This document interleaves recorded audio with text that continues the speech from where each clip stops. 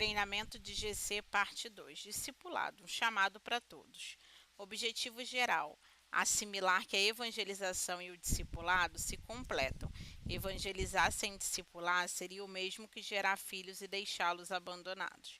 Compreender que discipular é uma ordem do próprio Jesus para todos os seus seguidores e desafiar cada aluno a discipular. O que é discipulado? Muitas pessoas acham que o discipulado se resume a alguém que lhes ouça e dê respostas a partir daquilo que desejam ouvir e viver. A grande verdade é que o conceito de discipulado foi diminuído e hoje muitas vezes é visto como um departamento da igreja e não como uma trilha por meio do qual ele se desenvolve. Precisamos ver a mentalidade do discipulado em cada culto que ensina a palavra de Deus, em cada grupo de crescimento GC, em cada evento, em cada aconselhamento e em tudo que fazemos. Com base nisso, podemos afirmar que discipulado é missão. Jesus ensinou intencionalmente 12 discípulos a cumprir a promessa de Deus a Abraão: por meio de ti todas as nações serão benditas. Ele é a concretização daquilo que Deus está fazendo desde o chamado de Abraão. Cristo não apenas nos ensinou e revelou o Pai, mas também se deu como oferta de amor por nós. Em Mateus 28:19, temos o último registro das palavras de Jesus, já ressurreto e enviando seus discípulos para continuar a missão de Deus. Então Jesus aproximou-se dele e disse: foi-me dado toda a autoridade no céu e na terra. Portanto, vão e façam discípulos de todas as nações, batizando-os em nome do Pai, do Filho e do Espírito Santo, ensinando-os a obedecer a tudo que lhe ordenei, e eu estarei sempre com vocês até o fim dos tempos. Jesus se certifica de dizer aos discípulos que ele é quem tem autoridade. Por isso, por ele ser quem é e ser entregue como oferta pelo pecado e ressuscitado ao terceiro dia, ele envia seus discípulos para fazerem outros discípulos. Um detalhe que passa despercebido nas versões em português da Bíblia é o tempo verbal da palavra ide. O sentido no texto original é de uma ação contínua e não um verbo imperativo que denota uma ordem. Sendo assim, o id, além de ser uma chamada para sairmos do lugar, o que nos lembra do chamado de Deus a Abraão, é uma maneira essencial de viver enquanto estamos indo, ou seja, viver no lugar onde ele nos plantou. O discipulado é uma mentalidade intencional que todos devemos ter enquanto estamos no caminho. Agora, o verbo imperativo de Jesus usa é façam. Ele está dando uma ordem para que os seus seguidores façam discípulos de todas as nações. O texto não está deixando que somente os pastores devem fazer discípulos, mas que todos os discípulos devem fazer discípulos. Ou seja, o discipulado é uma vocação universal de todo cristão. Quando terceirizamos essa vocação, colocando um peso demasiado sobre a liderança, que também é formada de discípulos, corremos o risco de nos tornarmos consumidores da fé e pessoas infrutíferas. Fazer discípulo é coisa de pastor, dona de casa, estudante, médico, professor, coletor de lixo e qualquer pessoa que seja chamada pelo nome do Senhor. Quando Jesus diz que devemos fazer discípulos de todas as nações, ele está concretizando a promessa de Deus a Abraão. Ele está fazendo conosco aquilo que disse ao povo de Israel em Êxodo 19. E para nós, em 1 Pedro 2, Jesus está nos lembrando de que, como reino de sacerdotes, está de fato enviando um povo para abençoar todas as nações.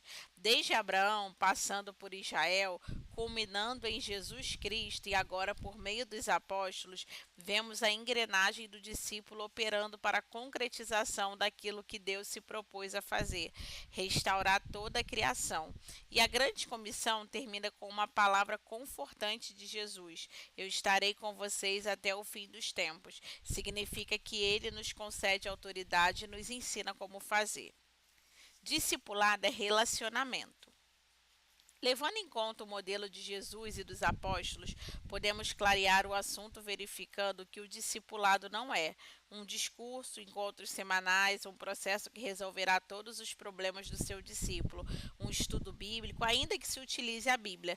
Na visão da igreja em GC, o discipulado é um relacionamento pessoal entre discipulador e discípulo, baseado no modelo de Jesus, um método que consiste em formar no discípulo um novo estilo de vida alicerçado nos valores do reino de Deus. Um ciclo permanente, porque o objetivo de cada discipulador é levar o seu discípulo à maturidade, a fim de que ele faça novo discípulo e dê prosseguimento ao processo até a volta de Jesus. Jesus se revelou a Paulo diretamente a ele no caminho de Damasco, mas ordenou: mas levante-se, entre na cidade e ali dirão a você o que deve fazer. Esse trabalho foi tão bem feito por Ananias que Paulo, logo após o seu batismo, começou a falar de Jesus e fez discípulos em Damasco. O discipulado dele foi completado por Barnabé, que o entregou na comunhão da igreja e mais tarde o recebeu na igreja de Antioquia, base das suas memoráveis viagens missionárias. Discipulado é crescimento. Tomando por base a experiência de Paulo e também de Ananias, e também por Ananias, podemos afirmar que o discipulado consiste em dizer ao novo convertido o que ele deve fazer. É um processo abrangente de acordo com as instruções de Jesus na grande comissão. Inclui ir e pregar o evangelho a toda criatura, batizar e integrar o que se converteram na comunhão da igreja como família de Deus, ensinar o discípulo a fazer tudo o que Jesus mandou, ir batizar e ensinar, dando prosseguimento ao ciclo de discipulado que continua até a volta de Jesus. Todo discipulador é um discípulo. Agora que você já sabe o que é discipulado, tem o desafio de discipular outra pessoa, assim como Moisés, Elias, Paulo e o próprio Senhor Jesus fizeram. Aprendemos com o exemplo de Ananias que a condição essencial para discipular é ser discípulo de Jesus. Aqui vão algumas orientações práticas dadas ao seu discipulador na introdução desta apostila que você realizar um discipulado bem-sucedido. Posicione-se para entrar numa guerra espiritual, lembrando que as armas que usamos na nossa luta não são do mundo, são poderosas de Deus, capazes de destruir fortalezas, e assim destruímos ideias falsas e também todo orgulho humano que não deixa que as pessoas conheçam a Deus. Dominamos todo pensamento humano e fazemos com que ele obedeça a Cristo. Seja fiel a Deus e à sua igreja, sendo participante, dizimista e ofertante. Cuide de você mesmo, da sua saúde, família e trabalho. Dedique amor e paciência sem limites ao seu discipulado. Ele ainda é um bebê espiritual, pode estar fragilizado e com feridas profundas na alma. Imagine que você pode ser a última oportunidade que ele terá, seja perseverante. Evite críticas, censuras ou julgamentos. É normal que o seu discípulo ainda esteja confuso em relação ao discipulado, sem o devido conhecimento do reino de Deus. É recomendável discipular pessoas do mesmo sexo e individualmente. Isso facilita o relacionamento. Respeite o horário combinado com o discipulado, buscando, na medida do possível, se adequar à agenda do seu discípulo. Respeite a sua privacidade de seu discípulo. Evite criar dependência no relacionamento. Evite qualquer tipo de negócio comercial entre vocês durante o discipulado. É importante que você tenha consciência de que o discipulado é como uma avenida de mão dupla, isso é, ao mesmo tempo que você ensina o seu discípulo, você também aprende com ele. Entretanto, nunca se esqueça de que Jesus está sempre presente enquanto obedecemos a ordem de fazer discípulos, como ele prometeu em Mateus 28:19. Quando você e seu discípulo se reúnem, já é um GC vivo no corpo de Cristo, pois ele mesmo prometeu: porque onde dois ou três estão juntos em meu nome, eu estou ali com eles. O Espírito Santo é quem ensina discipulador e discípulo, conforme João 14:26. Mas o Auxiliador, o Espírito Santo, que o Pai vai enviar em meu nome, ensinará a vocês todas as coisas e fará com que se lembrem de tudo que eu disse a vocês. Ensinar a respeito de Deus. destruir nossos ídolos, mudar nossa visão do mundo, ensinar uma realidade da vida real. Chegar nesse ponto é chegar a uma conclusão de 3 pontos anteriores. Ninguém que acha que não precisa mudar precisa de discipulado. O discipulado é uma maneira de ensinar as pessoas a terem a nova vida em Cristo sem a escravidão do pecado, no processo de santificação pelo Espírito Santo e para o testemunho fiel do Evangelho. Quando Paulo estava no final de sua vida, preso em Roma, ele resolveu escrever cartas aos seus filhos na fé. A segunda carta de Paulo a Timóteo tem o mesmo sentimento que citamos quando Moisés escreveu Deuteronômio. São dois pais cientes de que o momento da morte está chegando e que por isso decidem deixar uma carta ou outro legado. Paulo escreve a seu filho na fé, Timóteo, palavras que deixarão ainda mais clara a nossa definição de para que serve o discipulado. Veja, 2 Timóteo 3, do 14 ao 17.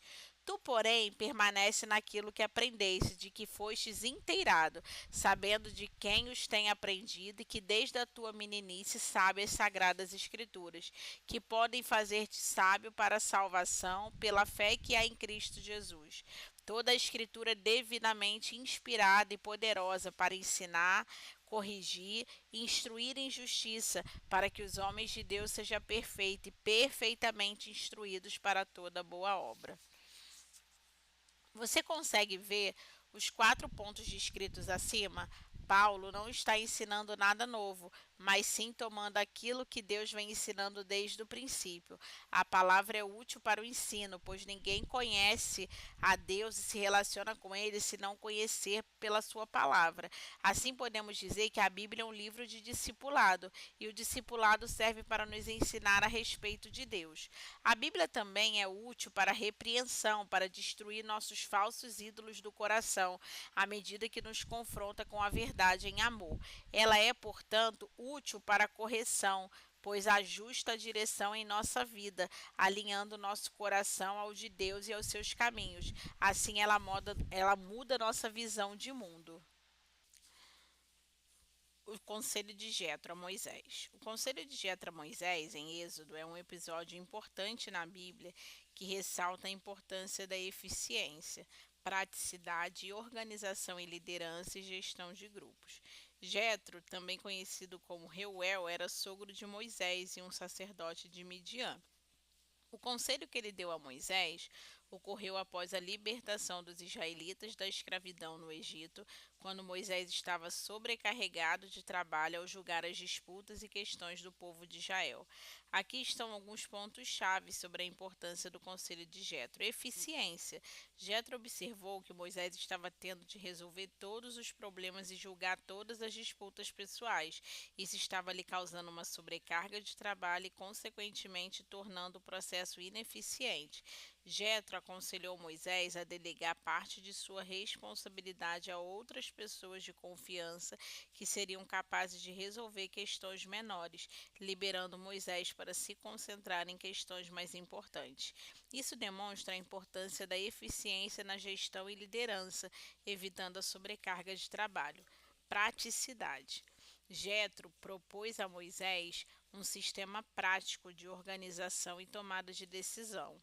Ele sugeriu que Moisés selecionasse líderes capazes e responsáveis para supervisionar grupos menores de pessoas.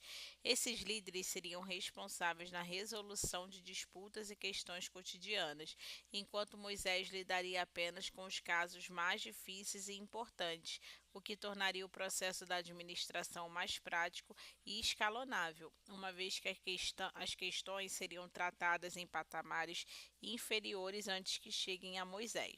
Organização de pequenos grupos. A sugestão de Jetro de designar líderes para pequenos grupos é um exemplo de como a organização em grupos menores pode melhorar o trabalho. Pequenos grupos são mais ágeis e eficazes na resolução de problemas, pois podem se concentrar em questões específicas e tomar decisões mais rapidamente. Isso também permite uma maior especialização, já que os líderes do grupo podem desenvolver expertises em suas áreas de responsabilidade. A aplicação desses princípios de eficiência, praticidade e organização de pequenos grupos não apenas aliviou a carga de trabalho de Jetro, mas também melhorou a governança e a gestão do povo de Israel. Esse princípio continua sendo relevante nos dias de hoje, especialmente em contexto de liderança e gestão, em que a distribuição da responsabilidade e a organização eficiente de equipes de trabalho são cruciais para o sucesso. A casa de Obed-Edom. A história da Arca da Aliança na casa dele é um relato bíblico encontrado no Antigo Testamento, mais especificamente em 2 Samuel 6. Ela ilustra como a presença da Arca da Aliança, que simbolizava a presença de Deus, pode influenciar significativamente a sorte ou a bênção de um lugar e de seus habitantes. A Arca da Aliança era uma relíquia sagrada que continha as tábuas da lei dadas a Moisés no Monte Sinai, bem como outros objetos sagrados. Ela era considerada a habitação simbólica de Deus no meio do povo de Israel. Quando a arca estava presente, acreditava-se que a bênção divina e a proteção estavam igualmente presentes.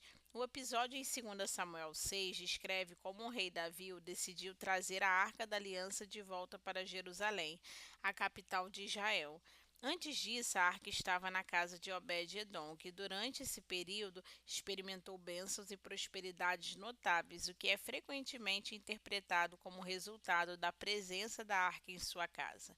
Isso ilustra a crença na antiga cultura israelita de que a presença de Deus trazia bênçãos e prosperidade. A ideia era que onde Deus habitava, a sorte e a proteção divina eram garantidas. Portanto, a presença da arca na casa de Obed-Edom foi vista como uma demonstração tangível da graça e benevolência de Deus em relação àquela família. No entanto, também é importante notar que a história da Arca da Aliança na casa de Obed-Edom também destaca a necessidade da reverência e respeito pela presença de Deus. Quando a arca foi transferida de volta a Jerusalém, houve um incidente trágico quando Uzá, um dos homens que estavam transportando, tocou a arca indevidamente e foi imediatamente morto. Isso serviu como um lembrete de que a presença de Deus deve ser tratada com reverência e cuidado.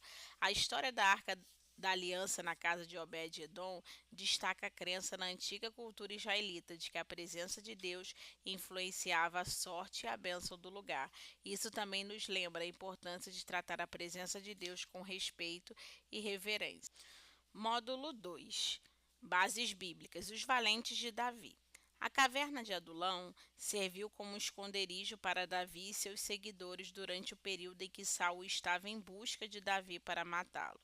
Esse período de perseguição por parte de Saul foi uma das fases mais difíceis da vida de Davi. Ele se refugiou em várias localizações, incluindo a caverna de Adulão, para evitar a perseguição de Saul e manter a sua própria segurança. A relação com os valentes de Davi se desenvolveu nesse contexto.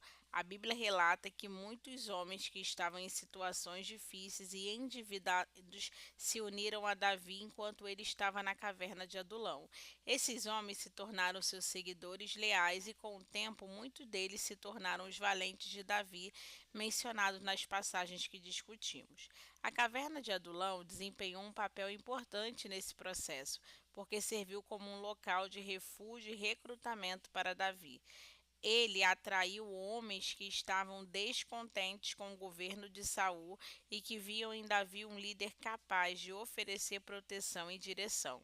A experiência compartilhada na caverna de Adulão, enfrentando perigos juntos e a adversidade, forjou um forte senso de lealdade entre Davi e os homens. Consequentemente, muitos desses seguidores de Davi, que inicialmente se juntaram a ele em Adulão, se tornaram os valentes que o acompanharam em suas futuras conquistas e que desempenharam um papel vital na sua jornada de se tornar rei de Israel.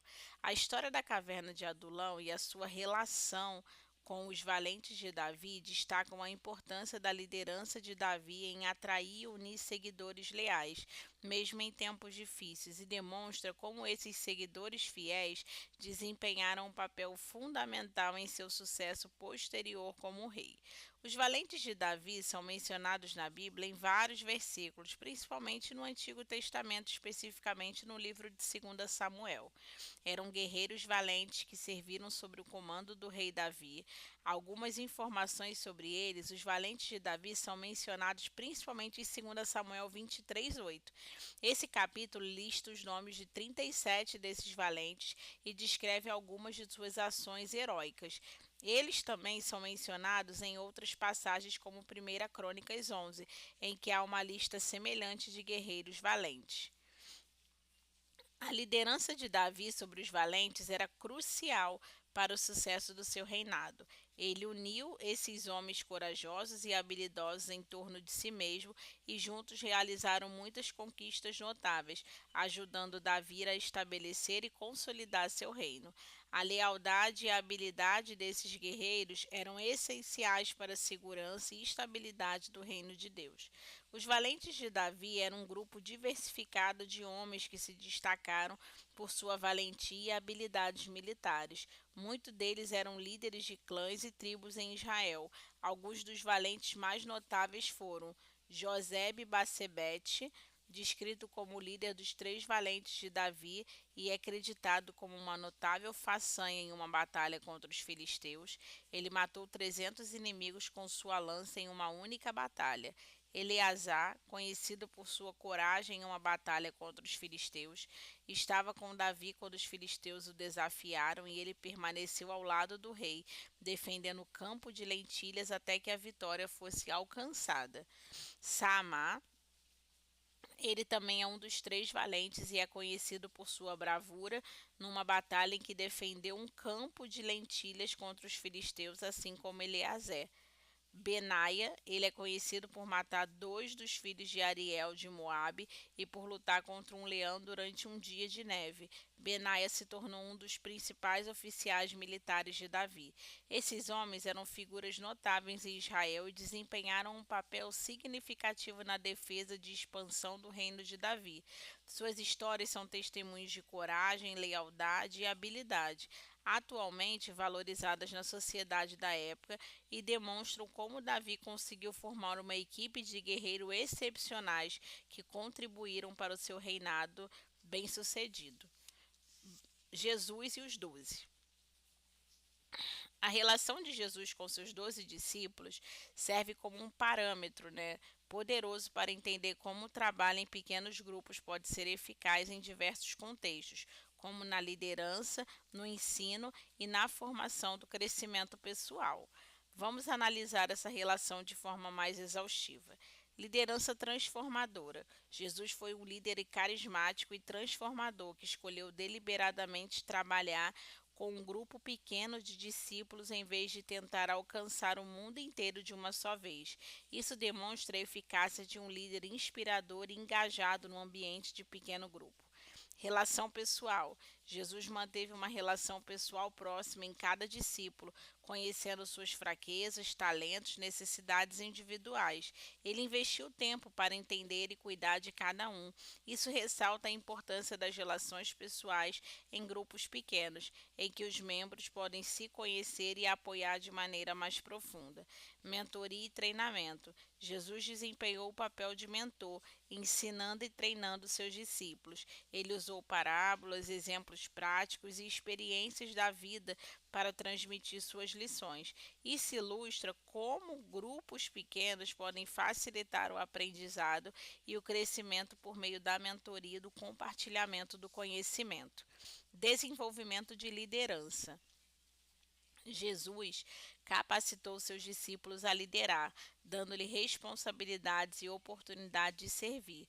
Isso mostra como pequenos podem ser laboratórios eficazes para desenvolver habilidades de liderança e preparar membros para papéis maiores.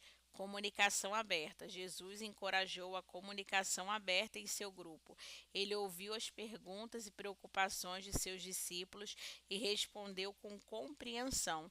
Isso enfatiza como os grupos pequenos podem promover um ambiente onde as pessoas se sintam à vontade para compartilhar e discutir as suas ideias e preocupações. Experiências compartilhadas. Os discípulos de Jesus compartilharam experiências significativas juntos, como testemunhar milagres e desafios. Essas experiências compartilhadas criam laços fortes e uma identidade de grupo. Em grupos pequenos, experiências compartilhadas podem unir os membros e fortalecer o senso de comunidade. Responsabilidade mútua. Jesus incentivou a responsabilidade mútua de seus discípulos. Eles eram responsáveis uns pelos outros e pelo crescimento espiritual.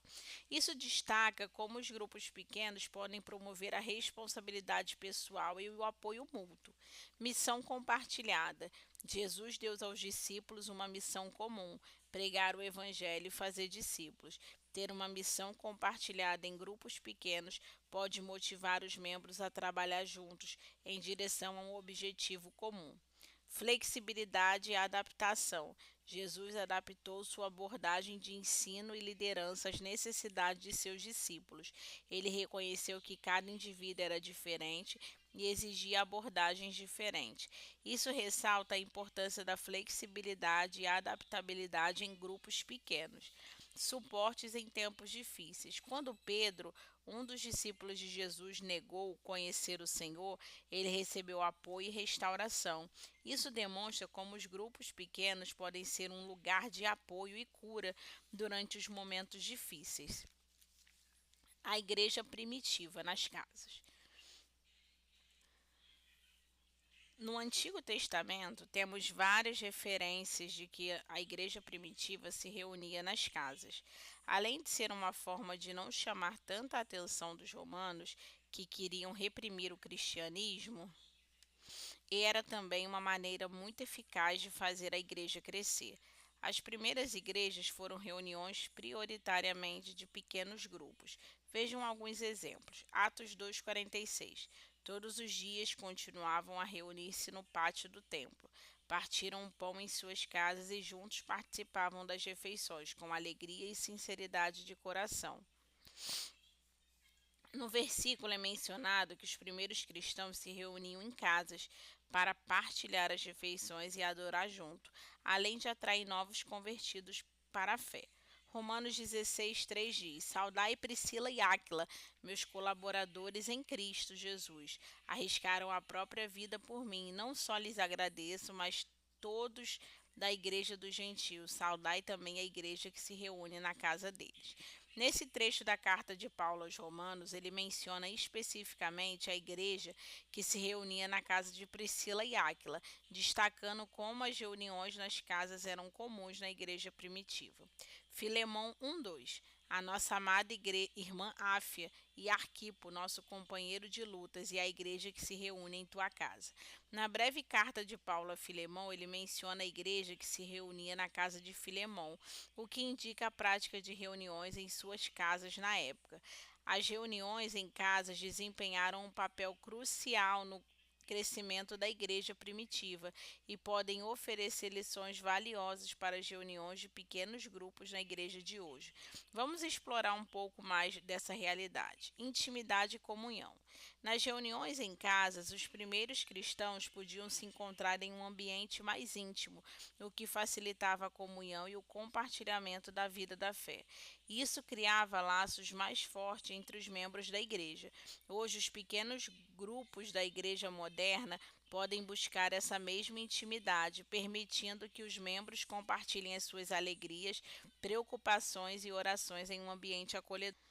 Ensino e discipulado. Nas casas, os apóstolos e líderes cristãos ensinavam as escrituras e discipulavam os novos crentes. Da mesma forma, os pequenos grupos modernos podem ser locais ideais para o estudo bíblico, a exploração da fé e o desenvolvimento espiritual, com oportunidade para perguntas e discussões profundas. Evangelismo e crescimento. As reuniões em casa também serviram como ponto de entrada para novos convertidos. As pessoas eram convidadas para participar das reuniões em casas, onde aprendiam sobre Jesus e se tornavam parte da comunidade cristã. Hoje, os pequenos grupos podem desempenhar um papel semelhante ao alcançar aqueles que podem estar desconfortáveis em um ambiente da igreja tradicional. Responsabilidade mútua. Nas casas, os membros eram responsáveis uns pelos outros em termos de apoio espiritual, orações e cuidado mútuo. Esse senso de responsabilidade mútua é fundamental para o crescimento espiritual e pode ser aplicado nos pequenos grupos modernos para criar uma rede de apoio espiritual. Flexibilidade e adaptabilidade. As reuniões em casa são flexíveis e adaptáveis às necessidades da comunidade local. Hoje, os pequenos grupos podem seguir esse exemplo, ajustando o formato, horário e o conteúdo de acordo com as necessidades e interesses dos membros. Foco na adoração e oração. Reuniões em casa havia espaço para adoração, oração e consagração. Os pequenos grupos modernos também podem enfatizar esse aspecto importante da fé cristã, permitindo uma adoração mais íntima e um espaço para orações pessoais e coletivas. Liderança compartilhada. Nas casas, a liderança muitas vezes era compartilhada entre os membros. Os pequenos grupos modernos podem seguir esse modelo, promovendo a oportunidade de liderança a diferentes membros, seja no estudo bíblico, guiar oração e facilitar reuniões. Foco na missão. As reuniões em casas também eram locais onde os crentes planejavam e organizavam atividades missionárias. Os pequenos grupos modernos podem enfatizar o envolvimento em missões locais e globais, usando essas reuniões como plataformas para apoiar projetos de alcance global. Fortalecimento na comunidade. As reuniões em casa fortaleciam a comunidade cristã e a unidade entre os membros. Os pequenos grupos modernos podem desempenhar um papel semelhante, fortalecendo a coesão e a ligação entre os crentes. Foco na palavra de Deus. Por fim, as reuniões em casas eram concentradas na palavra de Deus. Os pequenos grupos modernos também devem priorizar o estudo e a aplicação das Escrituras para crescerem na fé e no relacionamento com Deus. As reuniões em casas na igreja primitiva desempenharam um papel crucial no crescimento e expansão do cristianismo. Os princípios que podem ser aplicados hoje em reuniões de pequenos grupos na igreja moderna incluem promover a intimidade e comunhão, o ensino e discipulado e o evangelismo, a responsabilidade mútua, a flexibilidade e a adoração e oração, a liderança compartilhada, o foco na missão, o fortalecimento na comunidade e o compromisso com a palavra de Deus. Esses princípios podem ajudar os pequenos grupos a se tornarem comunidades vibrantes e eficazes para o crescimento espiritual e a edificação dos membros.